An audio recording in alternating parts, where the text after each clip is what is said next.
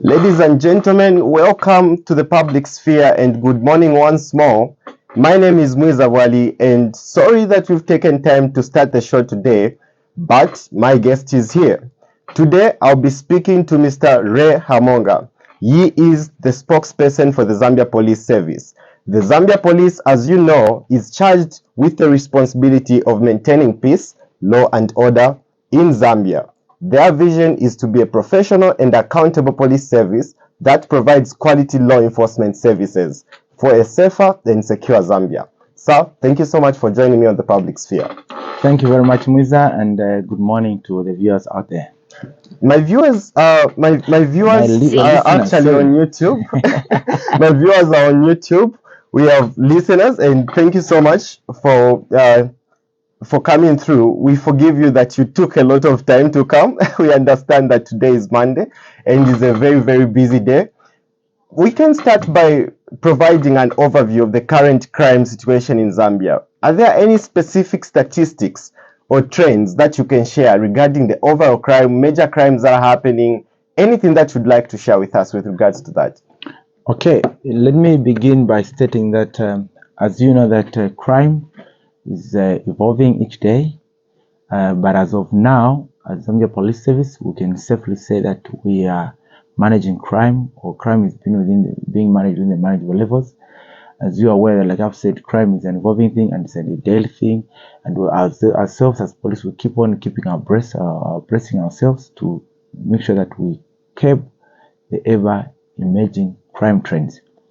Of late, of course, what has been of instance or which has been of importance is the offense of defilement.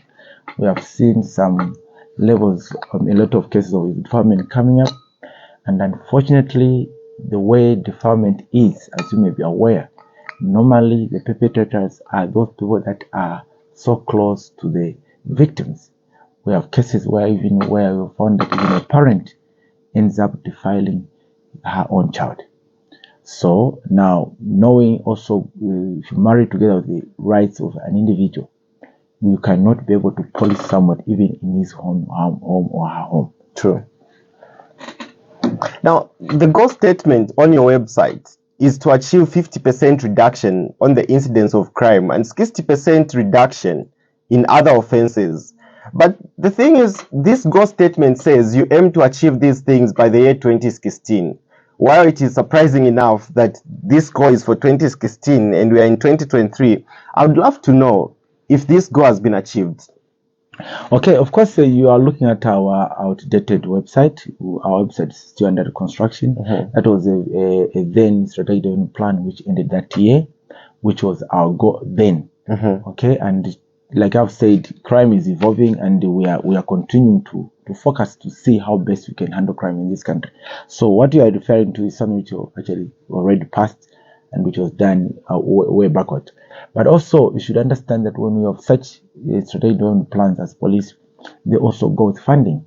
So that was our vision then. But if you are not funded to have a new vision, I mean, if you're not funded to do those activities, because there's something that will be done about it.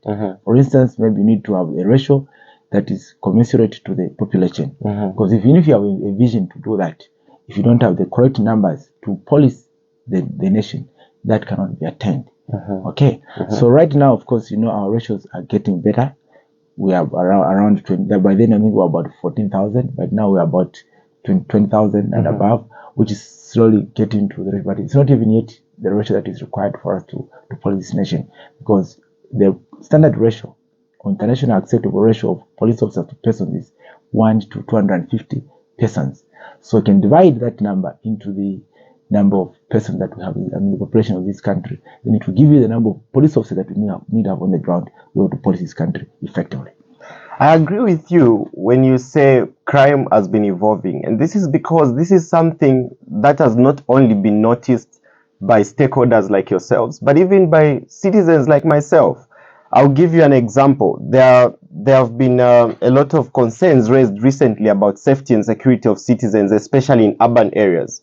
We have motor vehicles that are moving with 2 number plates, and these people will pass, grab a phone, will pass, abduct a person, or just anything that translates into a crime. Are there any measures in terms of protecting citizens, making more effective measures that can result into a reduction in these kind of new trends? I'll tell you for a fact, I've been one of the victims whose phone has been snatched by a motor vehicle whose number plate matched the description of a Fuso, but that vehicle was actually a Mark X. So just as you said, there has been a lot of new trends in terms of how crime is being committed. So are there any new trends in terms of how crime is being curtailed by the Zambia police? Yes, in fact, I'm glad you have brought that question. In fact, yes, as well as if you knew. In fact, what has delayed me to come to this program is as I was coming from police headquarters, I reached Addis Ababa roundabout. I found 4 men struggling with a woman, trying to push her into the vehicle. And then I was forced to stop. I said, well, what is happening? But the unfortunate thing is that members of the public were just passing there, watching, without even trying to interrogate what is happening. But fortunately for this... But I believe somebody was capturing. That's what people are good at nowadays. Yeah, of course, which is very unfortunate. But I had actually to stop there and had to have a personal interview with that woman to see what was really happening. And unfortunately, it's a question where somebody is mentally disturbed and they are trying to get her to the hospital. So I had to stop there. I held the woman by the hand and tried to just have a conversation with her to see whether what they were alleging was true. And that's what actually delayed me to come in this program. So I spent almost a good 10 minutes at about trying to sort out that issue. And until I was satisfied, well, this person really, her mental status is not okay. She needs to be taken to the hospital. So this is what has happened. Now, coming to your question of what is the Zambia Police Service doing about this? You know, this is the issue where members of people with criminal elements or criminal minds, they go to hire a motor vehicle, to a car hire, and then when they hire this motor vehicle, they start committing this crime like you are alleging to, where somebody just comes, snatches a phone, and they go. So what we have been doing as police is we have been trying to advise the owners of these car hire companies. When somebody comes to hire a motor vehicle from you, please do your due diligence. For instance, ask this person, what are you involved in? What base do you do? What is your background? What is your background? Or if you say, if somebody wants to hire more than 500 kwacha a day, what is he doing with that motor vehicle? Because you see, we have instances where these people, they commit a crime, they abandon that motor vehicle, and then us as police will get hold of that vehicle becomes an exhibit. Yes. And we'll keep it until that motor is disposed in court. But unless the owner asks for permission to have that vehicle released, special release, so that whenever the court wants it, it can be brought back to court, to the court. But what we are saying is, how can we fight such crimes? Is that even the people that hire these motor vehicles, to do their due diligence, what do you do? Let me see your bank statement. If somebody wants to hire a motor vehicle, what source of income do you have? Because it's unfortunate where people just hire out their motor vehicles, and then these vehicles, they end up committing crime. We impound it. You find that even you, as the owner who was hiring that motor vehicle, your instance was to make a profit, isn't it? Exactly. Or to make you generate income. You find that when that vehicle is impounded, it will be impounded until such a time that the matter is resolved in the courts of law, which is very unfortunate. So we need to work together. It's not just a question of pointing fingers at the police, say, no, police, what are you doing about it? Even as us as citizens, you know, in my introduction, that the case that we are fighting for now is gender-based violence. Now we have, under gender-based violence is a case like of defilement. Now we have instances where even a matter is reported where a parent has been defaulted her own child. We've been seeing that a lot in the news. Yes, his own child. A child has been defiled by a parent, and these matters have been reported. In the olden days, these are cases that were just swept under the carpet. But now we have this case coming forth, and this is why it's because of the effort that the Zambia police has been putting in terms of sensitizing the public. Say, well, this is a crime. It's no longer an issue that you sit behind an ante and discuss and resolve. No, this is a crime. So what we are doing as police, we are trying by all means to engage all levels of society, especially children in the schools. We are now trying to, as much as possible, to engage the children so that children can know where to report. For instance, if the abuse is happening at school, we are encouraging children to report to the parents. If it's happening at home, we are encouraging children to report to the teachers. Then which teachers can report to the police. We have the unit called Schools Liaison. We have given strict instructions to the Schools Liaison unit so that they go to the schools and interact with the schools, so that there is that friendship that is going to will bridge that gap between the schools and the police. So the children can have a police officer go to the schools, tell them about defilement. If it's happening at school, tell your parents. If it's happening at home, tell your teachers. Then teachers will report the police.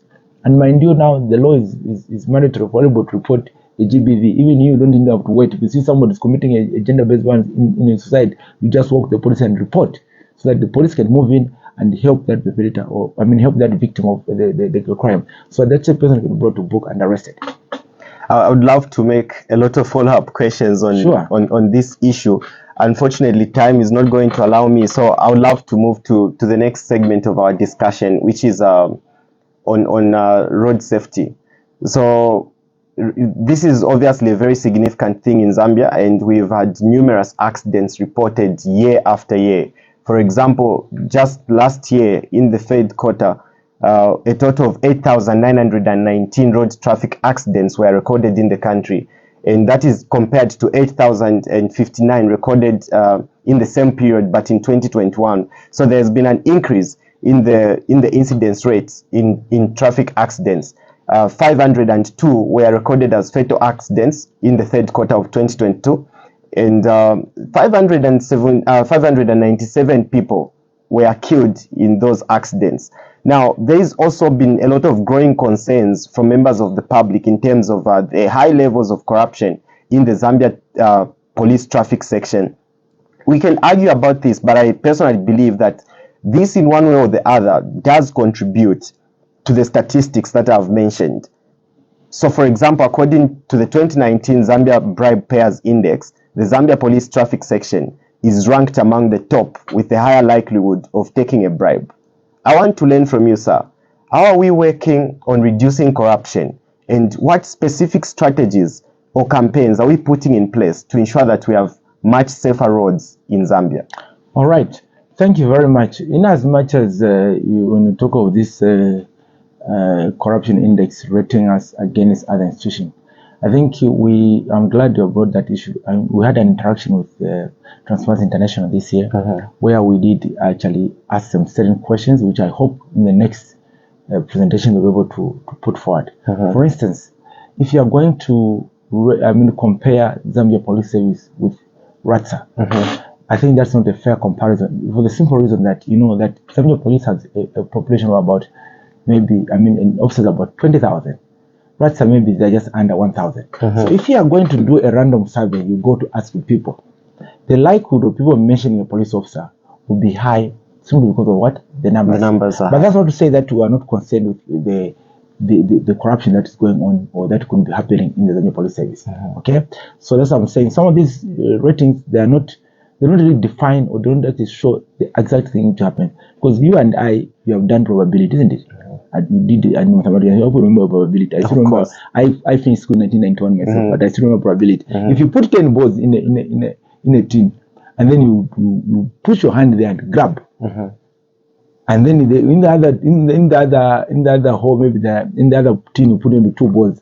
If you're going to grab, of course, most likely you grab more balls in where there are more balls compared to where there are less balls. Absolutely. Exactly. So these are some of the things that we are saying. Well, of course, we are concerned with the sentiments that are being raised against us. That's not to say that we're not saying there are no corrupt people. There could be there, but it's not really the true picture that we are showing, because, like I've said, this example I've given, there are more traffic officers compared to other law enforcement agencies. So you go and ask people, the interface of people with these people is more compared to us as Zambia Police as compared to these other law enforcement agencies because of the numbers.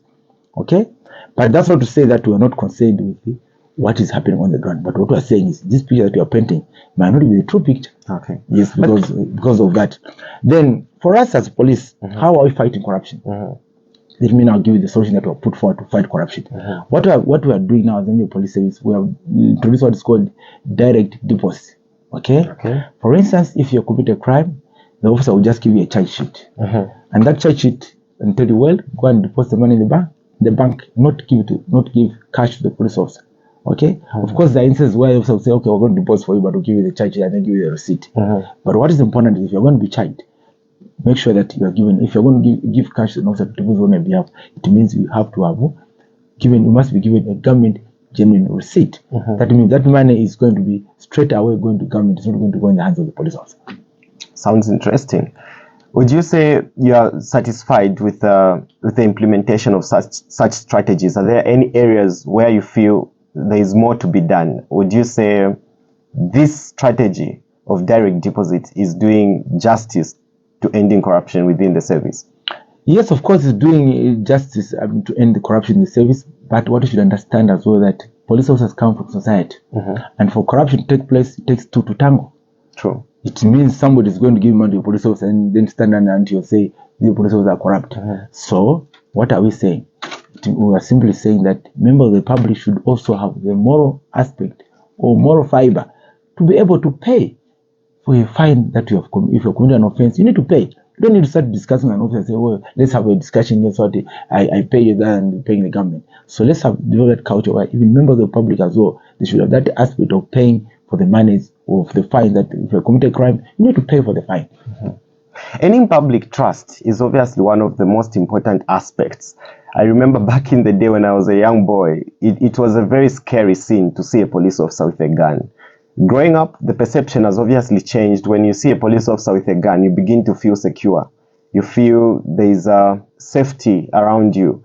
But that isn't so much to be said, especially looking at some of the trends that have been happening within the country, where we've been seeing certain police officers using their guns to take things personal, kill their partners, or it could be anybody. But just this morning, I saw an headline that I didn't really follow through from Webantu, where a police officer has shot somebody with their gun. Is there anything that you have to say about that? Is there any particular reason why we could be seeing certain police officers having to use government-issued weapons to take things personal?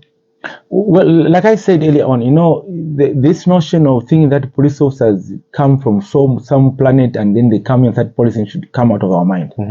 We are part of society, except that we have just chosen to be police officers. Okay, just like you have chosen to be a journalist. You are a journalist, you have chosen to be a journalist. Even us as police officers, we have chosen to be police officers. Now, if certain things are happening in the police, it's actually basically a reflection of society. Okay?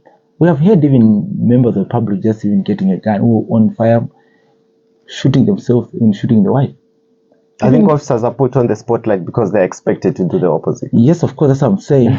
we come from society. So we should not be expecting that things that happen in the police, maybe they come just from the police. No, we are human beings and we are coming from the same society.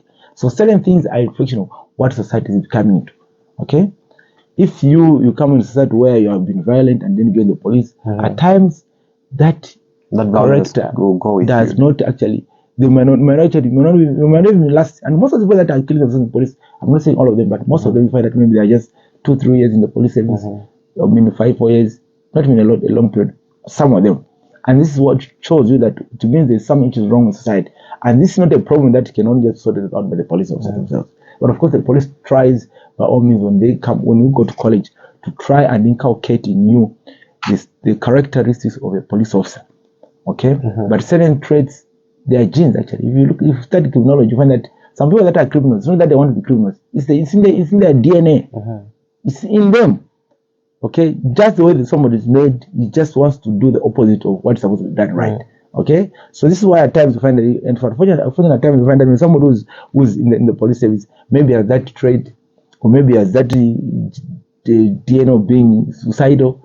You understand? So these are some of the things that happen. But for us as police, what we are doing, of course, we have a unit which is called the chaplains department. The chaplains department helps in counseling these officers. Okay, our police officers, they counsel them, and that's their main role. We find that even before we start a meeting, we pray, we give a short devotion, we pray, and then we continue. If someone has a problem, they go and visit him and talk to him. Others, they reform. Others, unfortunately, like I've said, if it's in the DNA, what can happen?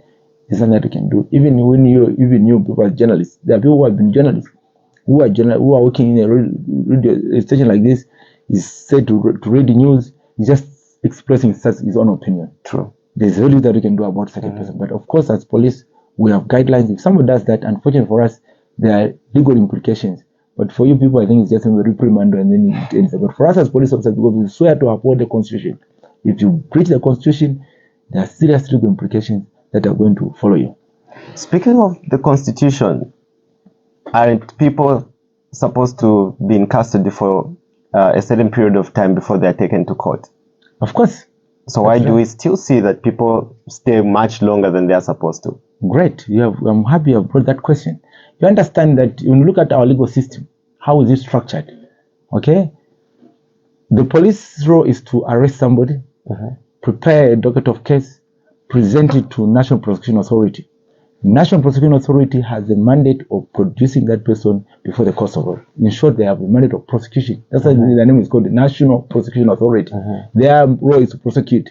For us as police is to arrest you, gather evidence, compile a docket of case, give it to NPA, and then we'll just be waiting to be called to court because they're the ones who are supposed to prosecute that person. So they tell us, well, so and such a case is coming up on this date. Then we stand up as police officers, go to the court and start giving evidence in relation to that matter.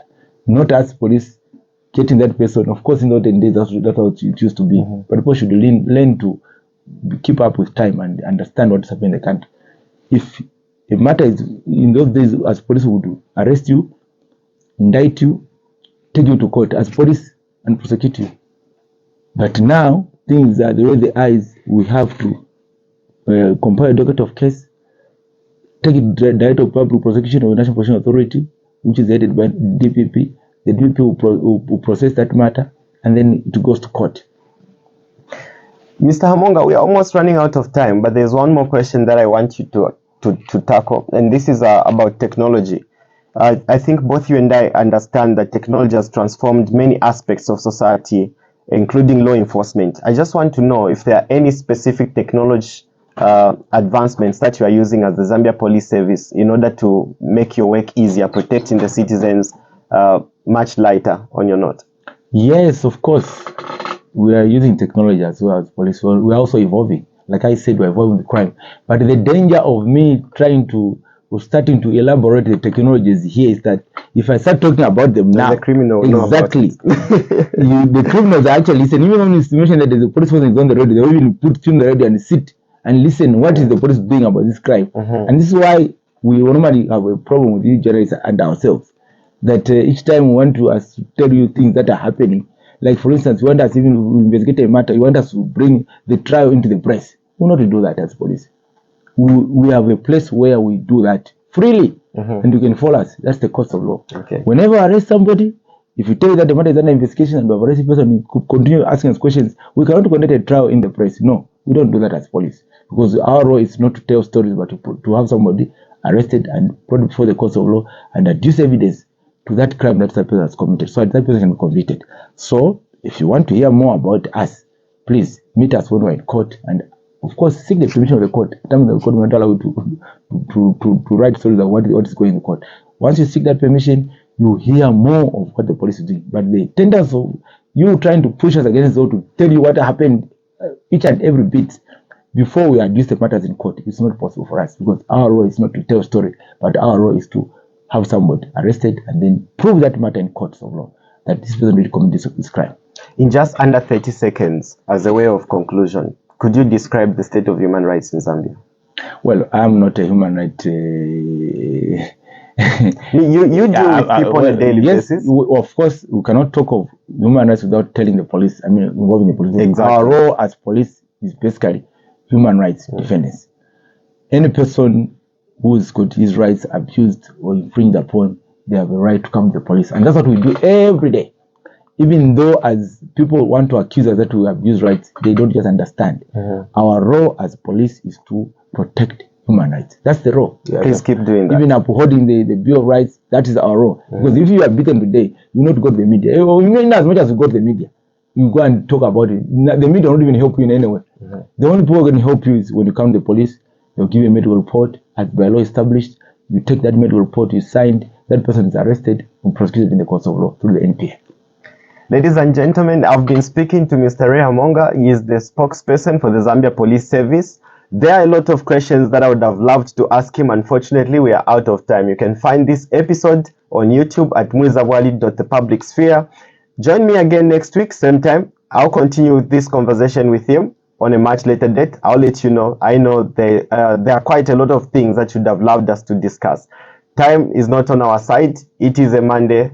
he needs to get back to the office. Thank you so much for coming to the public sphere. Thank you very much. I want to make you an assurance that